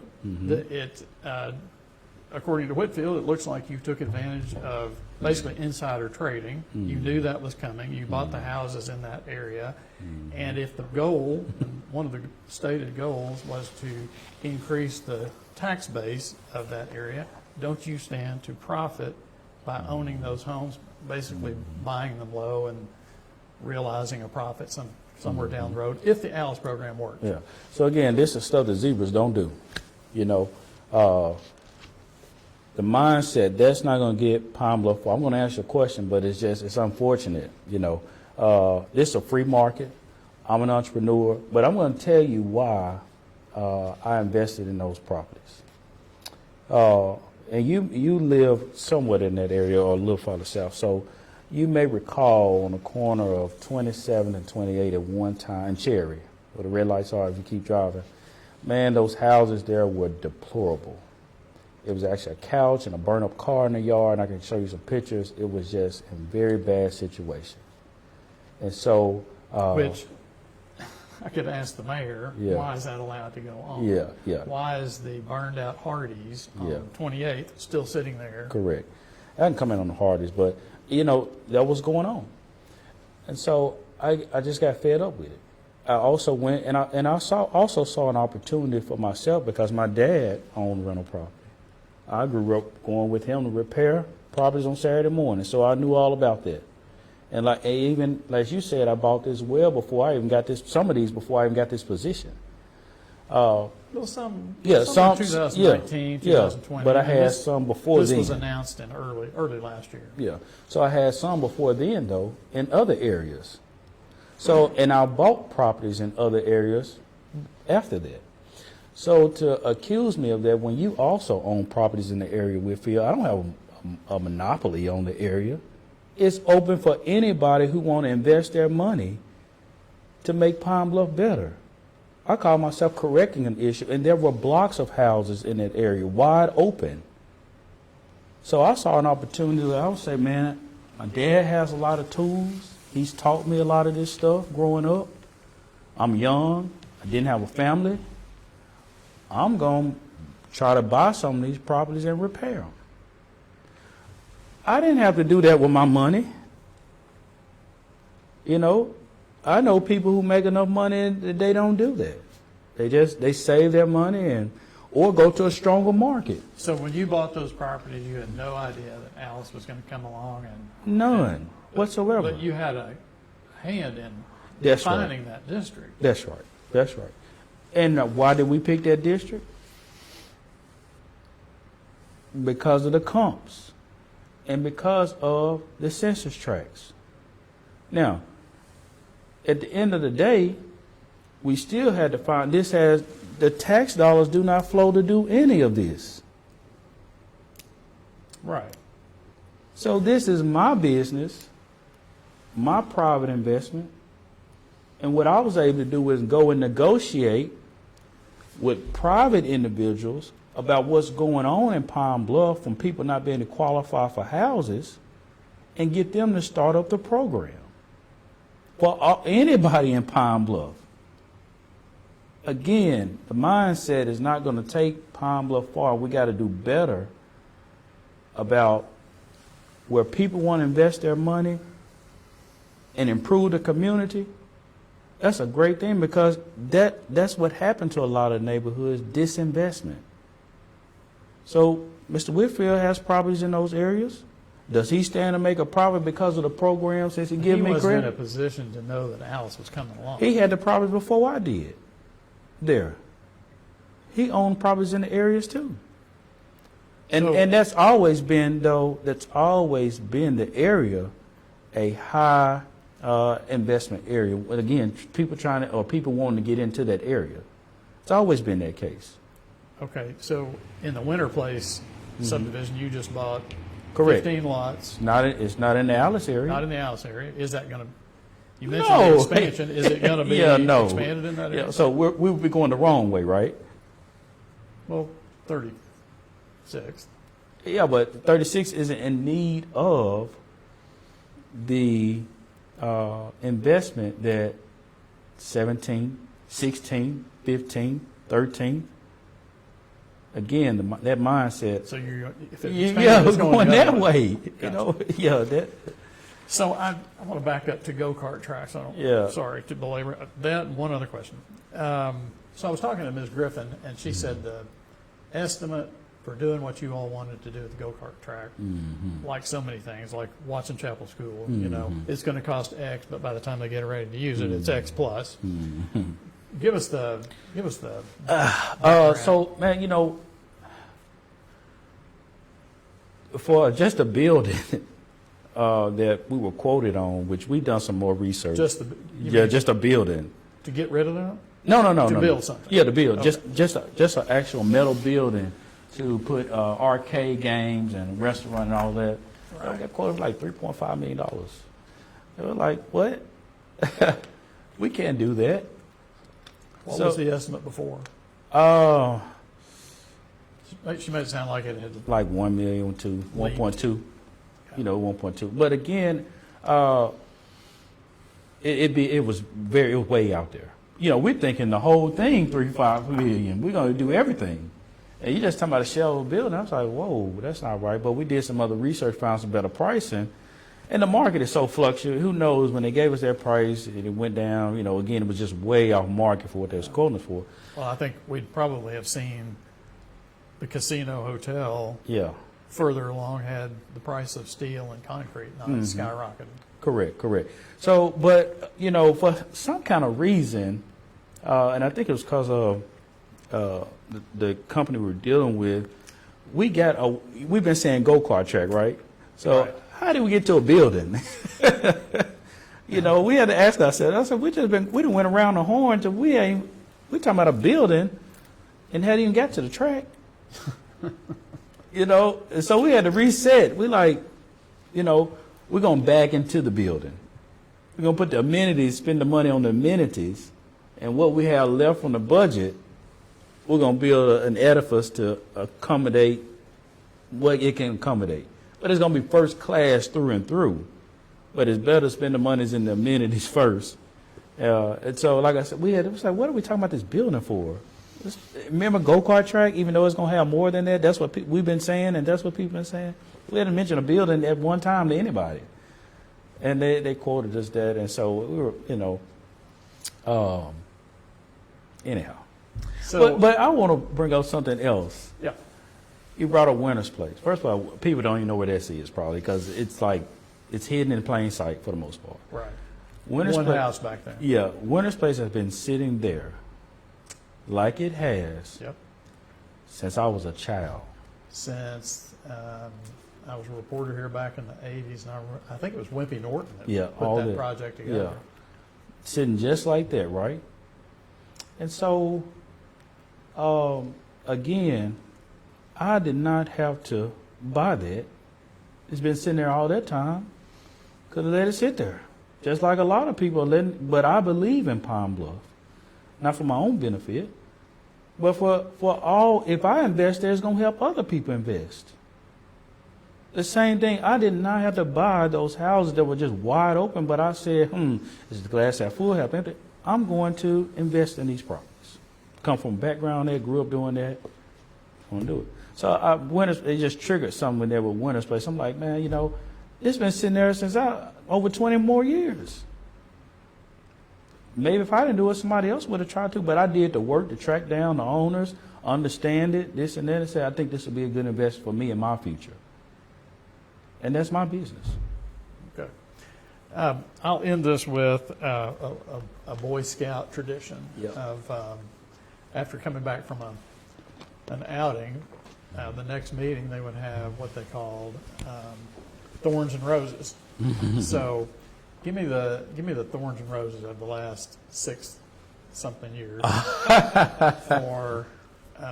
for Go Forward. Now you know one of the works that I'm most proud of is Alice, but maybe I shouldn't be most proud of that. Yeah, but you can't discount when families get into a home. And for the record, I hadn't sold any of my houses in the Alice area. Don't mean I can't or won't, but it's just not what I'm focused on right now. So I was more proud of that work because I truly believe the dots started connecting when I didn't start. We started out talking about neighborhood associations, you know, and understanding statistically everything that was going on, and that was one of the more things that I'm proud of. That partnership and raising the money. Another one of the roses is the Merrill Community Center. And it was just bad shape, you know, and now it's state of the art. I sometimes I wonder, what would it cost to build a Merrill Center now like that? I was just like, it would probably cost more than an aquatic center. Oh, maybe not. But anyway, the council was a thorn at times, but now working relationship, able to get things done, focused on the issues. That is a very good thing. And you know, I dislike that people try to paint that 1 inch is controlling someone, but they should appreciate, hey, the meetings are like over in 10, 15 minutes. You know, no bickering, not a bunch of that. They're handling business, getting out of there. So I thank the council that they're working with the mayor, you know, to solve these issues. And That's a rose, right? Not yeah, yes, Rose. Or some people might think they need to be arguing. You know, it need to be some discontent in there. You know, anyway, so again, that's a rose. Man, COVID was definitely a monster. really was like, I watched the governor during COVID, and I watched that he was front and center, his leadership every day. Got in front and gave an update and pushing. He didn't know everything. He was uncertain, but he looked at the data. And so I He said, became not too popular in Yeah. Republican circles Yeah. because of his Yeah. pushing. yeah. And so I looked at him thinking, okay, I'm watching this guy. What can we do at the local level to push? And we started putting a lot of emphasis on the generator at that time.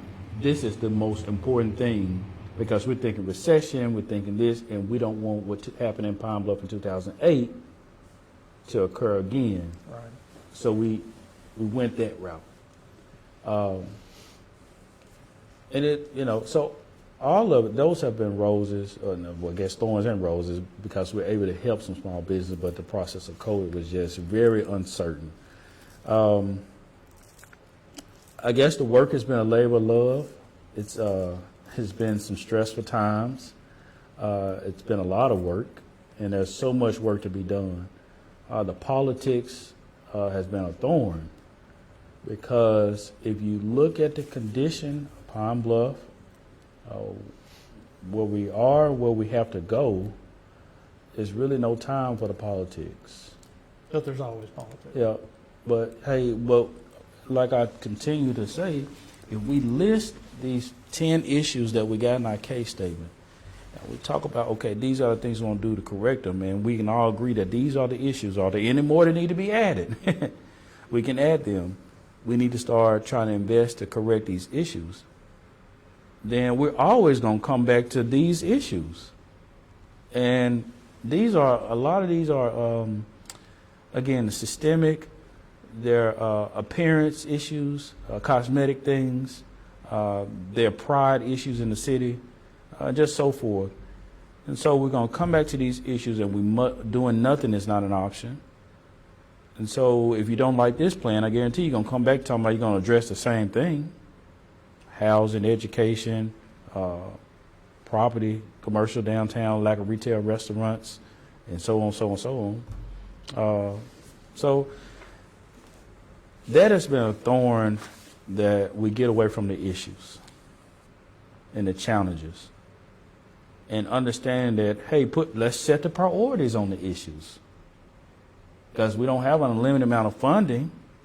So the priorities are set by council, or we propose and they agree or reorder, and the money applies. I'm thankful for that process now. That hasn't always been the case. And when we get away from that, we're being unproductive, very unproductive.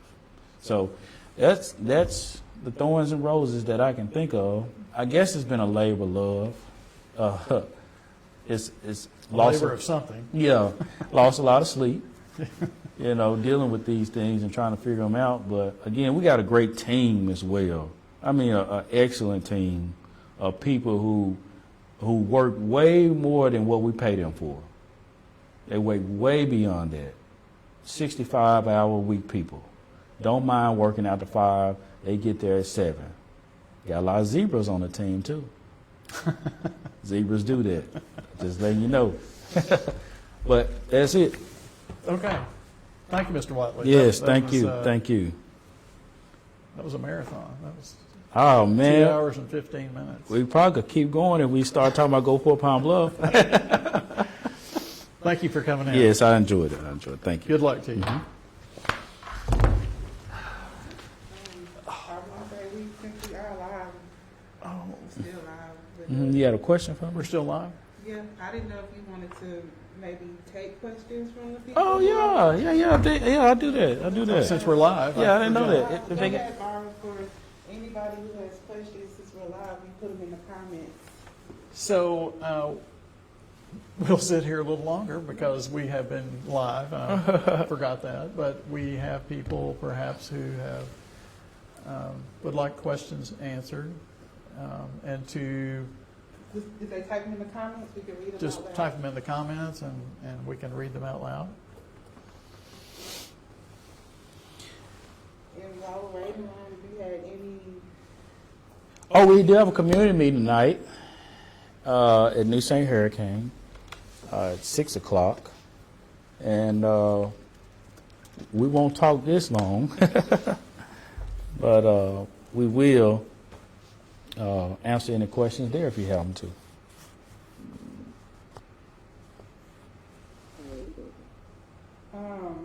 Somebody asked, will the two taxes hurt the schools with their millage? Will the two taxes hurt the schools at millage? So it's important. It needs to be defined, but I guess will this define? I mean, will this hurt the ability of the other one to pass, or That's what it sounds like. yeah, affordability wise? No, I don't think so. Just competing taxes. Yeah.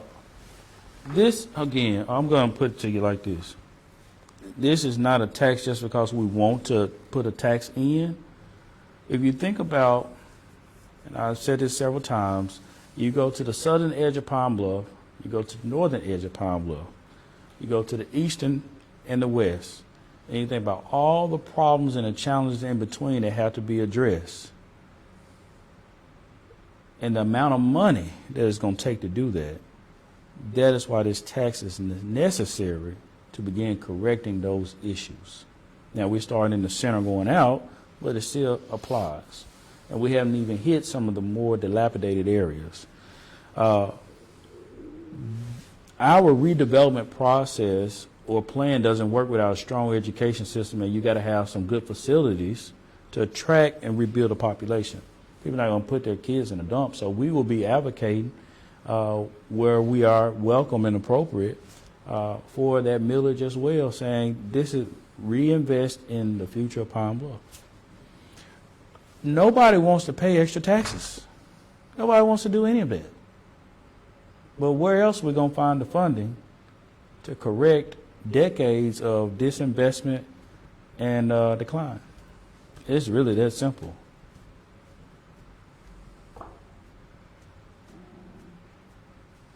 Anybody clap or put a heart at the time I've been on? You got 2 hearts. Okay. You got some, some shocked faces and some other types. Some thumbs down.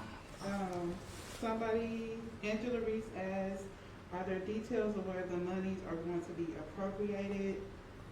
Somebody else asked, what do we do with the Bank of America building? And what is the current update regarding to downtown development? So I guess we can start with the first one. Are there details of where, they're coming in. Are there details of where the monies are going to be appropriated? Yes, in terms of the next cycle, yes, that is online. And part of the deal we had to do is, in listening to the citizens, they're saying, hey, Pine Bluff has a lot more problems than just downtown. We want to see some investment across the city. And so we begin, and we have a case statement that I mentioned. We begin to readdress the case statement by a Pine Bluff acronym that, again, focuses on addressing the problem case statement. So that is online, and if you come to the community meeting or stop by the campaign office, they can give you a copy of that next cycle of funding, which was done in partnership with the city council. That's another thing, I don't have a vote. I don't have anything. So how, you ask the question, or one could say, well, how is he promoting this and how it's going to be spent? I don't vote, right? But that's because we work together on this, And I think you may have been at the meeting when you first mentioned, hey, this was proposed. The 3/8 was kind of proposed with the council, but again, that came out of conversation prior to in drafting the proposal, and. We met on these issues, met on this plan twice, corrected things they would like to see. And that's how I can confidently come out and say, hey, these are the things that we are talking about wanting to do. Can you give them the website online? Where they Yes, can go for pinebluff.com. Yes. Okay. The second question about Bank of America building, the goal is to attract. Well, the initial deal was People Shores was supposed to move there. These things fall through, and now we have to continue to recruit people. Why did they not come? I believe it's a workforce deal, or the Did work. they not end up at? Yeah, they're at CARC, so I think they found a better deal, but it wasn't. They didn't need that big of a space. Also, no, coming in that building, it was going to take some more capital, and I think they tried to get a DRA grant that didn't come through, and so they saw an opportunity where they had some space and they're leasing from there, and an in-house workforce deal. You know, we got some graduates right here that we can train. You know, so we're gonna have to keep recruiting, but that's also part of this next cycle on improving the workforce pool. And our approach to that is working with UAPB and CR to increase their enrollment. So if we have 10%, if we have 100 students, and let's say only 10% are 4.0s, well, if we get 1,000 students, I mean, that's only 10 students. We get 1,000 students, then 100 students are 4.0s, right? So increasing the workforce potential by increasing enrollments at the two institutions will change Pine Bluff completely. So again, getting a good, solid workforce will enable us to recruit industry better, particularly for those type of people, tech or whatever, that would be in downtown. And what is the current update regarding to downtown development? Downtown development, are they talking about? It's a really broad question. I guess that's being, you have. What are they going to do in downtown? Mm-hmm. Yes, it's a very good. So I'm happy to say, for clarification too, the go-kart track, the 6th and Main project, and the hotel, all funding is covered under this existing tax. So we don't need the other tax to do those projects. So 6th and Main, the plans were approved by the city yesterday.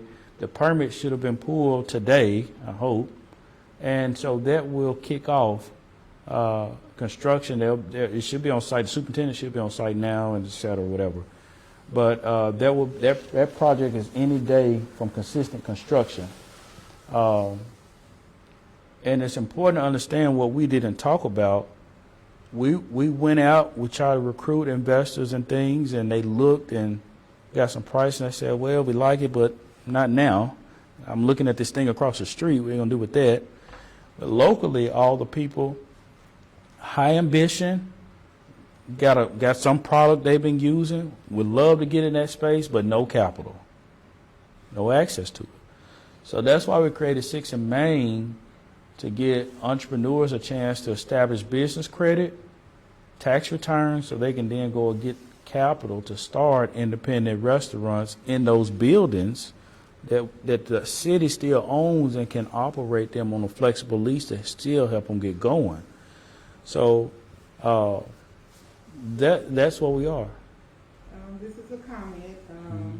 You only continue to address the zebras. Oh. There are people from Galloway and Watson Chapel who. I know. I was just having fun at the moment. This is a question. These are questions regarding potholes and the need to rebuild on the east side, especially a supermarket. Does Go Forward Pine Bluff have any role with these issues? Any role? Okay. So the potholes, I think it's important to understand the street department has a lot of streets that they have to repair. I would ask citizens they have the click it, fix it. I mean, the whatever it's called. They have an app now. If you see a pothole or something, learn that app, turn it in. Go for Pine Bluff does not have any role in fixing streets and potholes because the budget does not allow for that. It's very, very minimum budget.